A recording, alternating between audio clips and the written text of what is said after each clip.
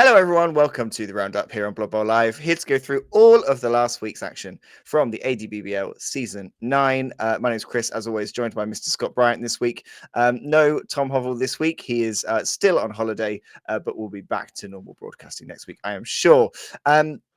It's going to be an interesting roundup today. We've got 7 games to go through.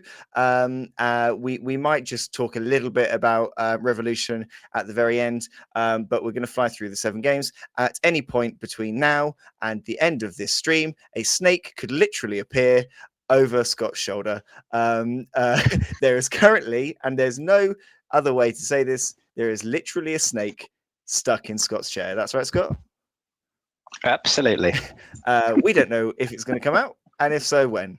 So, if this is my last ever recording, I hereby, being of sound mind and body, leave everything I do not have, including all my debts, to NDP. There you go. Beautiful. Okay. Beautiful. Well, that being the case, let's try and get through this on a bank holiday, shall we? And we're going to start with the first game that happened this week, which was not this one. This one, it was the Disco Danger Rats and a uncharacteristically 3-1 scoreline rather than the usual 4 that James likes to score this season. But nonetheless, it was a 3 points for James and the Skaven team against the Gnomes. 4-2 on casualties, getting the better of the Gnomes on the casualty front as well. A massive 21 SP.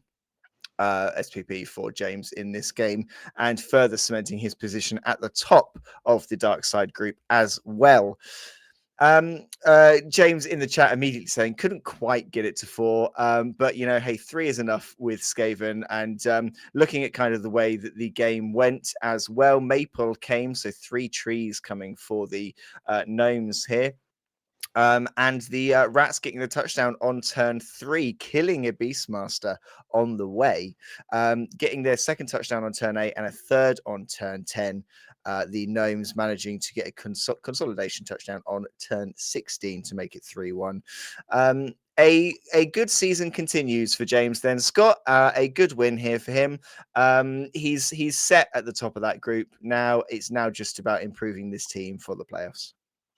Agree, Chris. Good evening, everybody. Good evening, chat. Good evening, Mr. Handley. I think if you were to script what does a good game for Skaven look like, it's scoring, at least 2 touchdowns, ideally 3, optimal 4, getting as much SPP and getting through it with all of your key players. Line rats 50k a penny.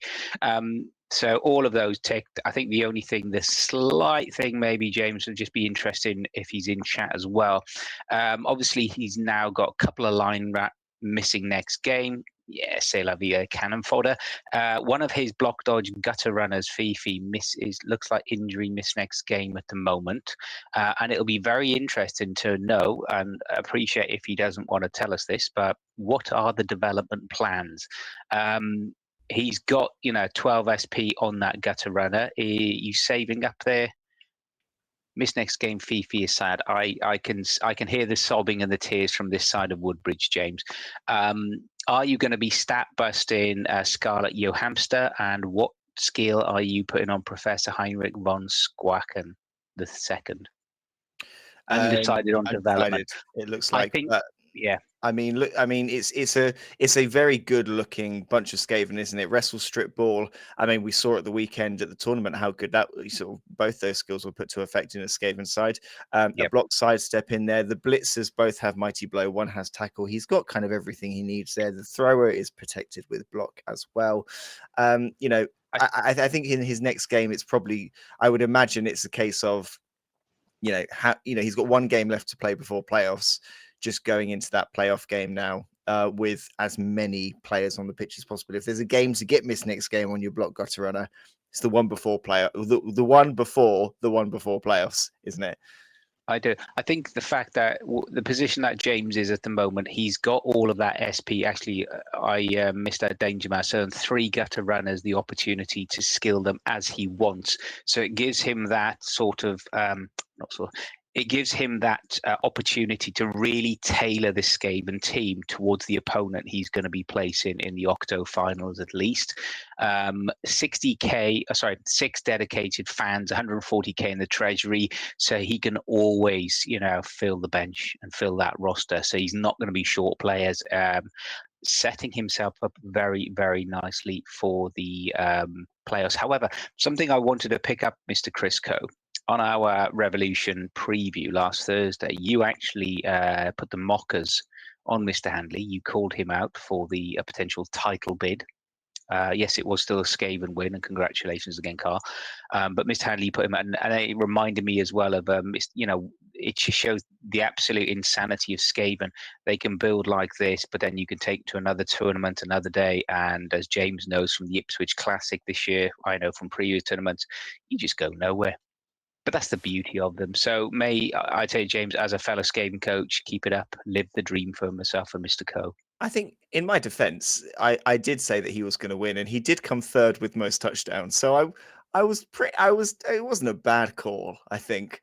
And he comes away as the handliest handly as well. So well done to him for that. But a little word on the gnomes here. They've had a struggling start to the season, 3 losses and a draw so far, just the 1 point, sitting 7th in the table. But there is enough within this team that, in those remaining 3 games, in their group, because Jack's not progressing, you only need to finish 5th in their group in order to go forwards. 6th place currently has 6 points, which is another stunty team. I think the Gnomes do have enough in their build here. They've got that block, grab, Juggernaut, Tree Man. They've got a few Gnomes with Dodge there. I think they've still got enough within their roster to put up a fight and maybe see if they can, push themselves into that 5th place spot. So no losing hope for the Gnomes there, and well done to both coaches for what I think was a great game by the sounds of it. Yeah. We will move on to a game at the top of Middenheim Group, and it was a 2-0 victory for the Necromantic Horror side, the Fox and Row Scavengers, against the Orphic Gladiators, Luke, and last year's runner-up. 3-1 on the casualties for the Necromantic Horror side as well. And a strong and a needed a strong showing from Dave here. It's been very close at the top of Middenheim Group. This would have probably, a loss here would have caused Dave a little bit of concern. It would have secured Luke the top position. Top position and the top a qualification into the group. But as it stands, he stays in 3rd place on 11 points. And mathematically, it was unlikely, but could be removed from that position. I think it is now confirmed. Actually, I think by the time this happened, it wasn't, but I think now he is safe, which is good for Luke. But it would have been a bit touch and go there. This is a good result, Scott, for Dave. And he'll be very happy with this one. Luke has now lost 2 from 2, but he's keeping the key players within the roster alive, and that's going to be the key thing for him moving forward. He is. A very, very brutal game for Luke. Dave has, with this particular game, if we now look at the skills and we think about the development of this team, it feels now that team has stepped over a threshold in terms of now starting to be a very, very dangerous team. We've talked about this in terms of previous episodes. We've talked about how Necro are not the cheapest on the block to start with. They do take a while, and it's about making sure you get the right skills to maximize those right players. So a great win for Dave. Really, really, cements that position for him at the top of the table. If we look at the skills, block on the Fresh Golem, block, dodge on the 2 Wolves as well, still with a few SP. So it's not going to take much in terms of giving them a 2 skills. And then before you know it, at 165k, awful to face. Skilled up ghoul runners as well, and then the zombies are the zombies as they need to be. Only the 2 rerolls, but again, just something for other coaches to think about. 5 dedicated fans, so just shows where you can build that fan base. You do have that constant stream of income as well. Will Dave reach out to get another reroll? Is it now? Are we at that stage of the season? Is Dave going to wait, keep his treasury, and then see how the draw goes, ready for possibly the octos and the quarterfinals as well, to decide how he develops this team further? Yeah, I wonder whether that is his route. Obviously, he risked the expensive mistakes going down that route, but he's currently sat on the money that he needs to replace key players, and I think that's really key with a team like Necro when you've got those positionals that are so expensive, having that money in the bank. So that if you do have a bad game, and Dave's got 2 games left to go to play, if he remains unbeaten and Jamie remains unbeaten, he will be second in the group, but he could get top spot if Jamie slips up. So Dave will be, looking to see how high he can finish, make that draw easier for him. Luke is in the chat saying Dave played super well.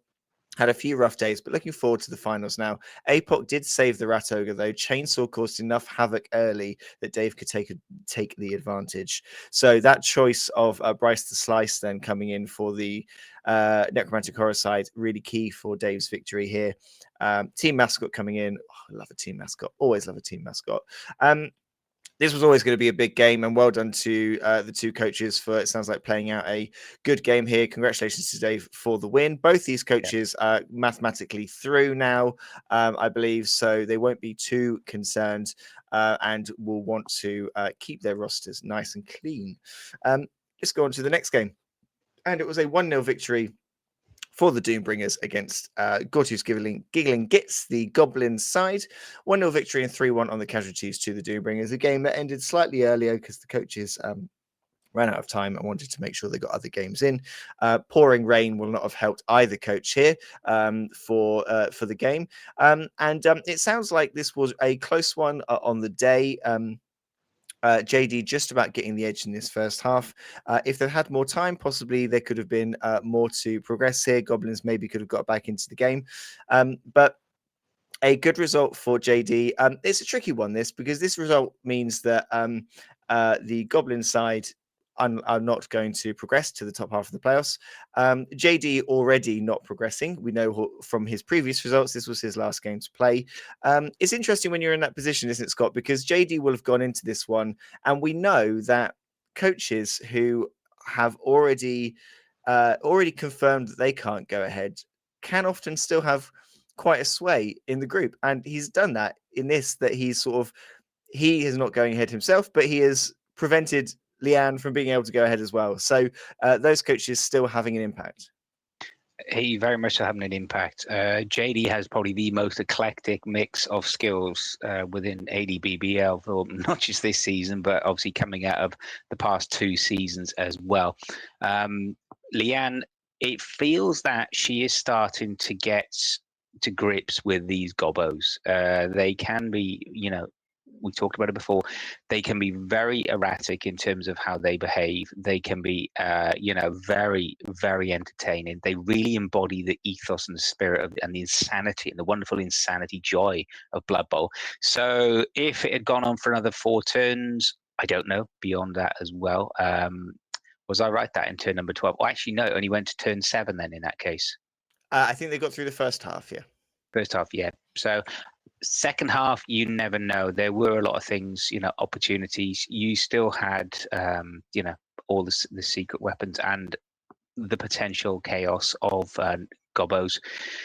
So yes, we shall wait and see how that comes out again. Interesting, Leanne took Bomber, took the Wandering APOC. Strange choice on the little guy. So maybe she wanted to stop Bomber from being attacked so much. I don't think you can use an APOC on a star player, but You can't, can you? I wonder whether it was to protect those trolls or maybe some of those. I think some of her specials, that special players like the Looney, the Bomber, the Doom Diver, Fnatic, I think she has possibly lost some. Her Pogo as she's lost in a previous game. So maybe it was to protect some of those guys. Yeah, understandable if she wants to protect them, if she feels that on previous games they've been exposed and she's lost them, too easily, then yeah, kudos to her. I think a good 1-0 for JD, and again, just getting that W, getting that green W in the box, that'll give him a lot of confidence going into his next few matches. Yeah, well done, both these coaches. Well done to all of these games that we've covered so far. The shop was closed for a period last week. People went and played in Hopsters instead, and a thank you to Hopsters for hosting us as always. But well done, everyone, for still going and getting these games in and representing the league so positively. We will be back to Leanne in a little bit. There's another game of hers this week, but we are going to go to the World's Edge Berserkers and their 2-0 victory over Wildermere Wasps back in Middenheim Group, a game that keeps Jamie at the top of the table in this group. 1-0 on the casualties for the Dwarfs. Jamie, still one of the coaches that remains unbeaten this season, and the number of coaches that remains unbeaten is, not many. It's absolutely an accolade to be proud of.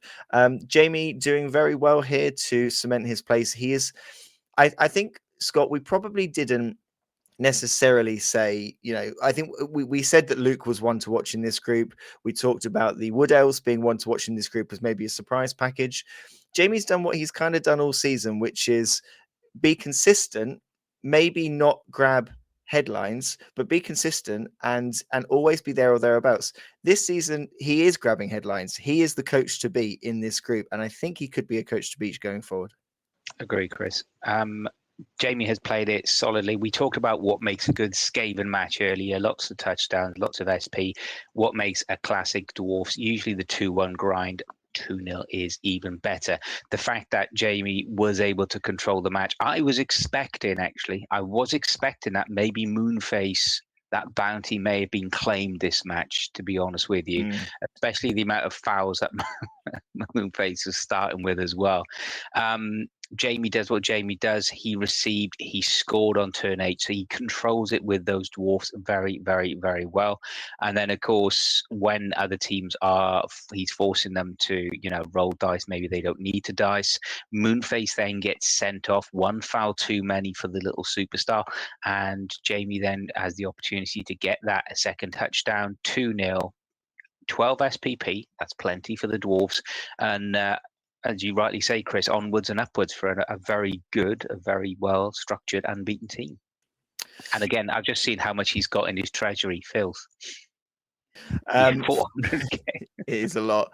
It's enough to replace a death roller, isn't it? A bit on Simon here with his Black Orcs. Then he's had a tough season here. He's got his win over the Elf Preservation Society. He got a draw against Graham in his first game. He is not out of the question for a position in that top 4. It could happen because, again, it's another group where lots of coaches are kind of taking points away from each other here or there. And those bottom 4, those bottom 5 teams are all kind of there or thereabouts. So Simon could absolutely get something from here. I think we're all just, whatever happens to Simon's team this season, however far they go, I think we're all just loving kind of watching Moonface do his thing. Anytime you see a notification come up on the Discord feed from Torplay that mentions Moonface, whether it is a foul or whatever it is, I think we're all just kind of like excited one way or another. Like, there are some people who want him dead, some people who are loving seeing him do shenanigans.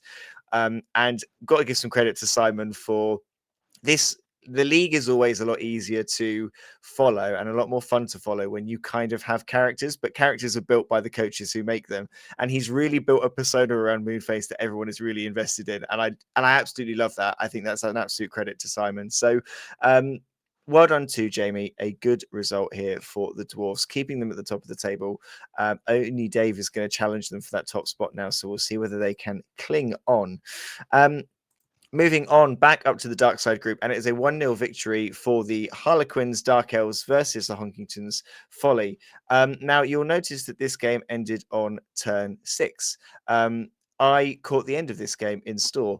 The reason why this game ended on turn 6 was because the Gnomes had the opportunity on turn 6 to concede without penalty because they had so few players that they could field. They could not field after the touchdown.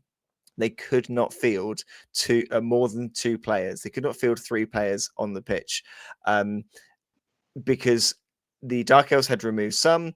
They had removed some of their own. It was a really rough day for the Gnomes here, and in a way, I guess the difficult thing here, Scott, Simon's clearly done really well to force those gnomes into dodging, force them into doing this, that, or the other to get them off the pitch. He's forced dice rolls that have got the gnomes off the pitch. But in a way, you kind of like leave them at 2, leave them at 4, because he then can't get any SPP because they are perfectly allowed within the rules to concede without penalty.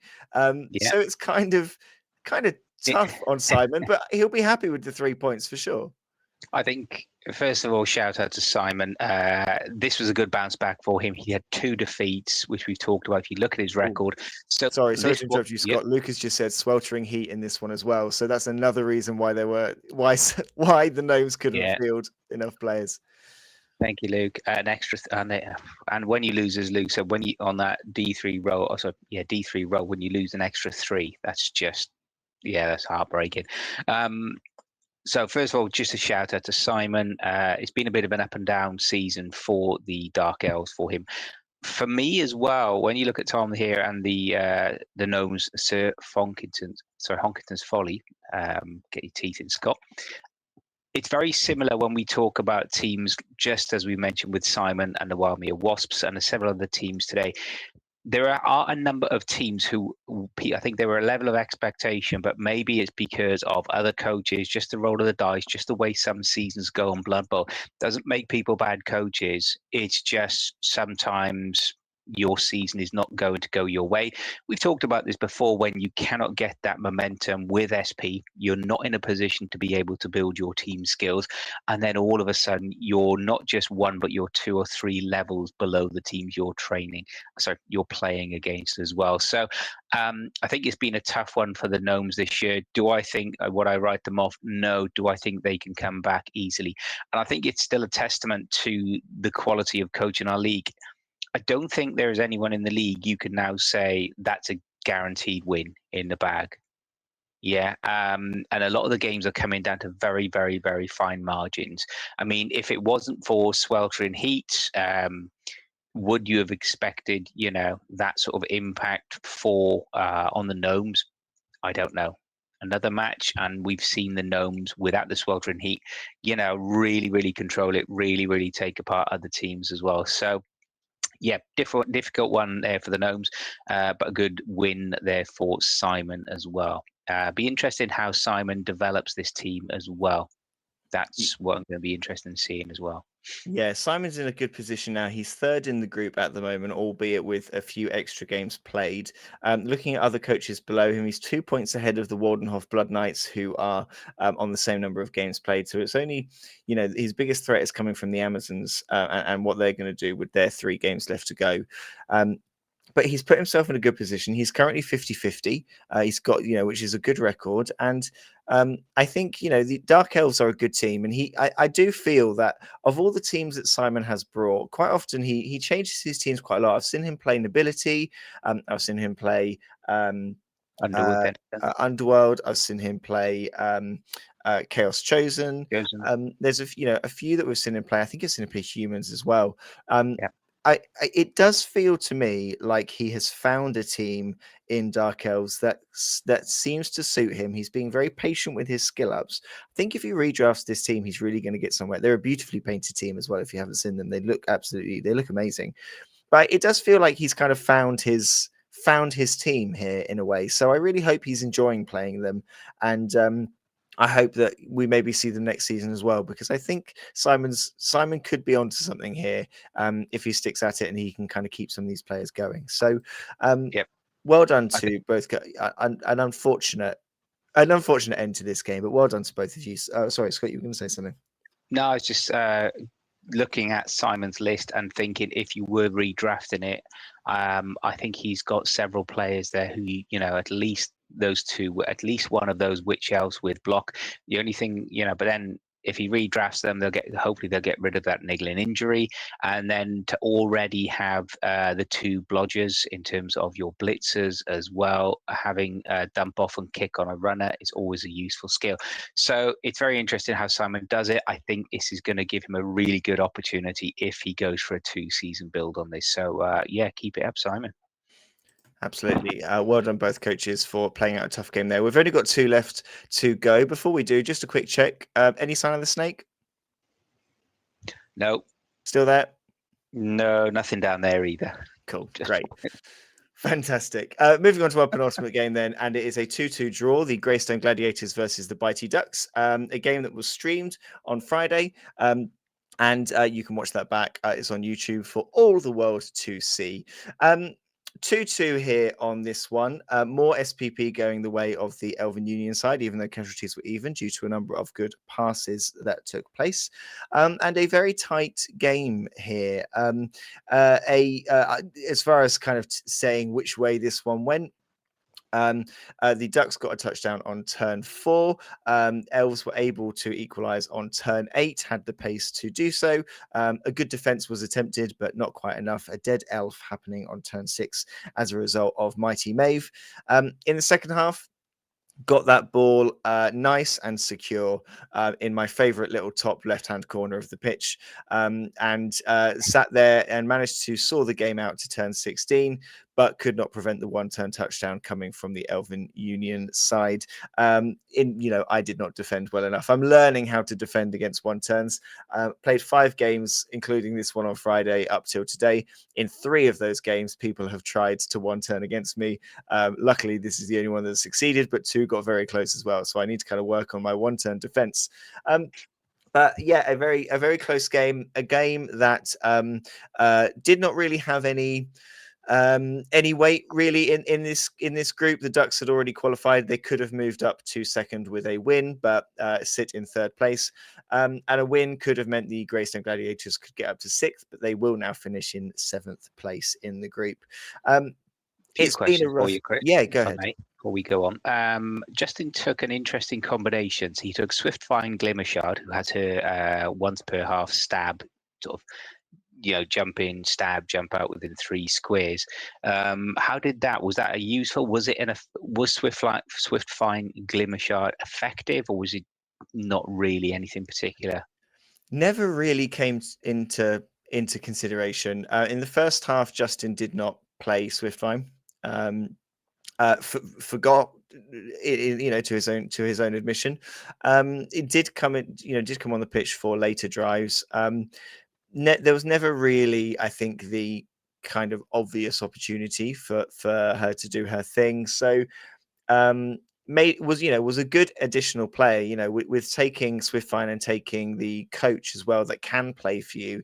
It gave him 2 subs, even though he was bringing journeyman, kind of 2 affordable and good subs. If Kerry Colesteele comes on the pitch for you, it's kind of a low budget Valkyrie that comes to play. So it is. I think the one thing which I've learned as well, Kerry Colesteele, just a reminder to coaches, Kerry Colesteele is only on for 1 drive. Yep. I got that in one of my matches this year. She had a full half run out. So yeah, it was maybe not as effective as Justin may have liked. Tried to get a few stabs in, but ultimately not getting there. She's stunty, but she doesn't have dodge. So yeah, it wasn't too bad, and I wasn't too concerned by it.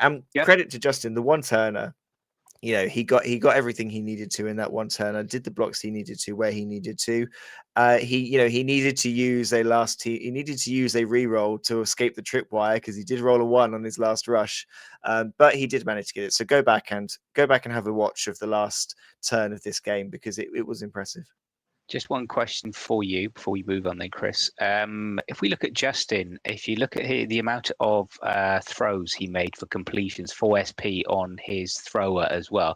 That thrower, looking at the stats, 21 completions. Yep. So and I know any elf team can really strike from deep, so it only takes a couple of turns to go from one to the other end of the pitch. Do you think then there is a risk then of doing all of those additional passes for SP?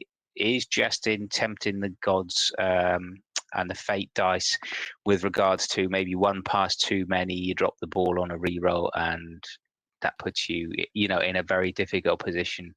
Yeah, I think when you look at, if you watch back and look at how he handles that, he always makes sure he is in a very safe place when he does it. He's always passing from a very safe place to a very safe place. So short of getting a wildly inaccurate, he is always relatively protected. With the thrower that he has got, the thrower's got pass and they've got nerves of steel, so they're not worrying about tackle zones. And the catchers have catch and nerves of steel, so it's a pretty safe series of roles. You need some pretty bad luck not to do it. Yeah. And I don't think that's where Justin's sort of bad luck has gone. He's had a tough season. I think he's had a tough season through the number of casualties he's sustained and a few bits of bad luck elsewhere. I don't think his sort of his difficulties have come from trying to do things like that and then not going as well. So yeah, I think a warning to anyone in that bottom playoff. Justin finishing second from bottom in the group is not a reflection of how he can play with these elves, Yeah. by any stretch of the imagination. So he is going to. I think he is going to be a real force in those playoffs if he can keep players on the pitch.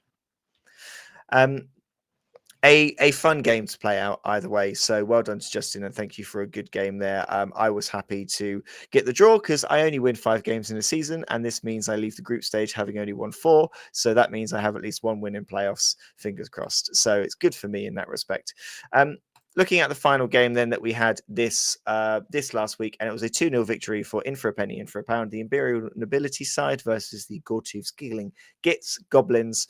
2-0, 2-2 on the casualties here. A very hard fought game. Leanne trying her best to get on top of all of these rules and doing quite well. I think they played this one against the on the clock to make sure they got it through before the shop closed. Lots of chaos and things. If you look at how this one goes, the troll is getting a completion here, I assume, for a throw teammate. You've got Fungus getting casualties. You've got the Looney doing fouls. You've got Bomber getting sent off. You've got star players getting sent off. I mean, it's everything and everything from the Goblins. They absolutely threw everything at this game. But James and his Imperial Nobility. You've even got a blizzard. Sorry, Chris, to overtalk. You've even got a blizzard turning up on turn 7. So if you want to make it harder for yourself, how can you throw a blizzard in there or sweltering heat? Absolutely, and credit. We've got to give some credit to James here. It's James' first season. It's a 2-0 victory here, which does keep his playoff hopes alive for all of the coaches in this group who are not currently in the top 4. It is going to be down to tiebreakers if they get in, but 2 wins in your first season is a good place to start from. Some coaches don't get that, so James should be happy that he's got a few results. I think 2 wins in your first season is very, very good indeed. He took 2 journeymen for this match. Looks like he's going to have to take 3 for the next match as well. It'll be interesting to see what he decides to do, James decides to do with those 2 retain alignment, one with 6, one with 7 SP down towards the bottom. Something we've talked about for the last couple of weeks as well. This team just feels it is 1 or 2 skills on 1 or 2 players, to be very, very challenging. I was speaking to Simon actually because Simon played Imperial Nobility on the weekend, and I think Simon's opinion was, and I see this from Mark as well, when they are at a higher level in terms of team value, when they do have a few more of the right skills for the right players, they can be very, very challenging to play against as well. The frustration is getting there. That's one of the key things as well. And when you are playing against skilled up teams, it can be difficult. So again, for 2 wins in the first season, Mark is still pressing, as you rightly say, Chris, for that top half in terms of the playoffs. So well played him indeed. I'd be interested to see if he is going to go for the additional reroll. But block on an ogre, that's a good one, isn't it? Everyone likes a block ogre. Yeah, the nobility side is an interesting one because I've always kind of written them off, but I feel like I've spoke to more and more people over maybe the last 6 months who have really put a lot of energy into Imperial Nobility, like the way that they play. And if you can play them in the right way, and at tournaments, if you've got the right rule set, they can be quite a force actually, and they can really control the field. And James is done well. He's got some good skills there. Block on the ogre is a very good option there. He has lost a few players, which will have been difficult, but yeah, hopefully he can put some momentum together now. He's got 1 game left to play, which is going to be a tough one against the Tipsy Tankards. But if he can maybe put in a showing there, he could have a good roster to take into whichever playoff he ends up in. Yep. As for Leanne, she's got a couple of games left to play. She's not going to make it into the top playoff, but she is currently, she could still get some results from her remaining couple of games. And I think, with goblins, there is always that risk against an opponent that you may not get the win, you may not get the draw, but you can have an impact on teams and how they progress. I think she's got 2 games left. Those games are against 5 Rules of Dodge and the Tipsy Tankards. That's going to be 2 really, really difficult games for Leanne. But she could absolutely have a sway on how those teams progress into playoffs because the Tipsy Tankards have a lot of players who are already busted and have skills, which a weapon could cause some real damage to. The armor is not massively high on all of them, and the same for the Dark Elves. Tom doesn't actually have many players within his roster. So he's relying on journeyman heavily. Some of those weapons could really cause him some difficulties. So Leanne is going to have a say, I think, on who out of this group does well in playoffs for sure. Yep. Let's look at the group standings then. In Dark Side Group, James cements his place at the top of the group, and Simon moves up into 3rd place. 4th and 5th are both going to progress here, and currently they're on 7 points, and it is the Amazon team and the Vampire team. But I'm I sure can that hear. Sorry, I can hear. Yeah, it is official. We can hear James smiling across Woodbridge. It is official. You see a little cheeky smile across the right across the Deben. I'll open the window and I'm sure I'll hear it. The gnomes, the goblins, and the ogres, the 3 stunty teams in this group will all have a say, I'm sure, in trying to have a last gasp attempt at getting their way into that 5th place.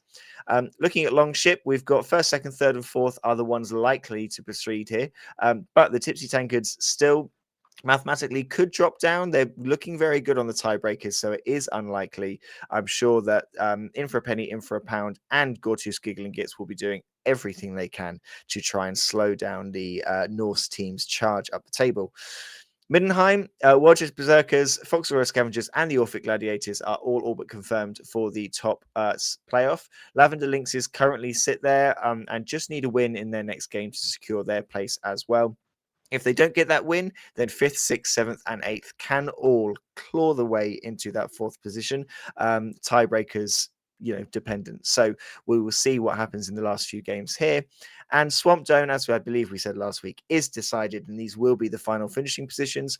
The Snotling team, blob, blob, blobby, blobby, blob, blob, will be able to get 3 points, but will remain in 8th place. And the Greystone Gladiators also could get up to 7, but will still remain in 7th place.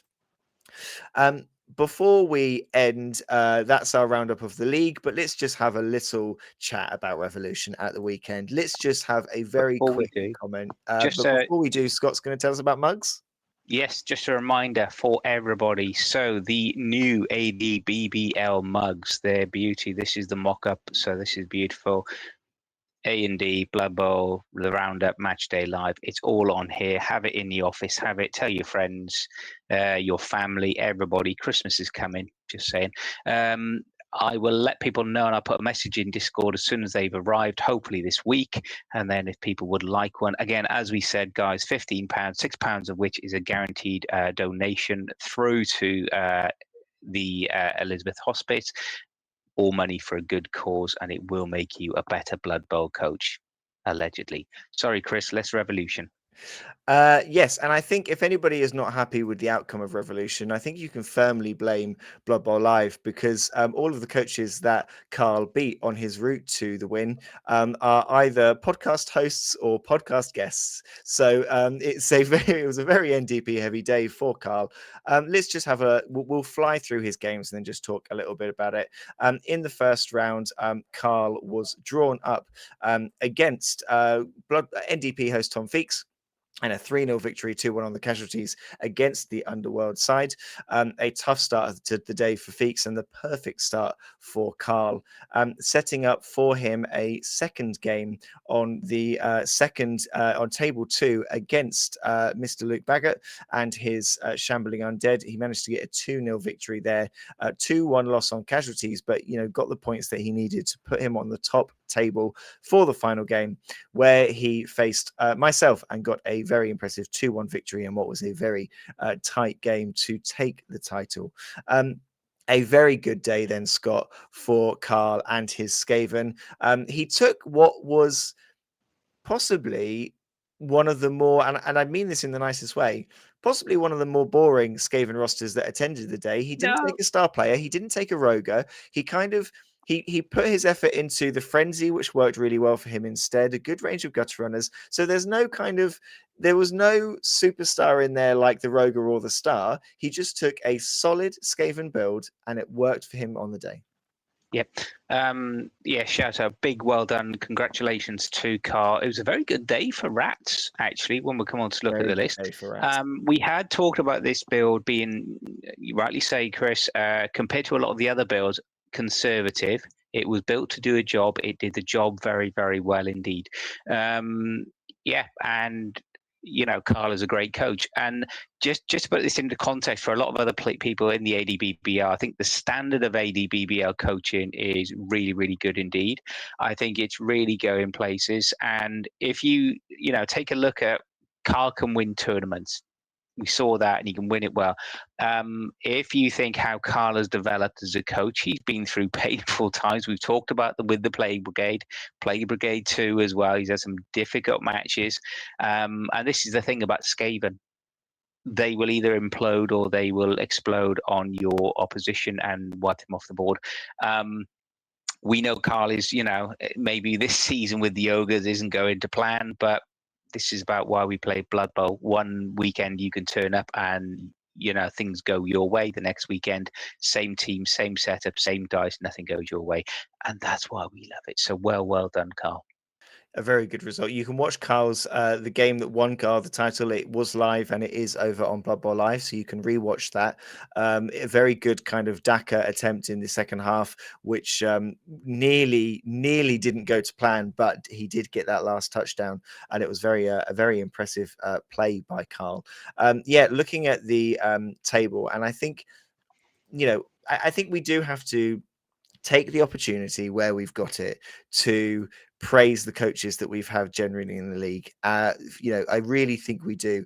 And looking at the table of the kind of top six in this table, three were Skaven. So, like you said, Skaven had a very good day generally.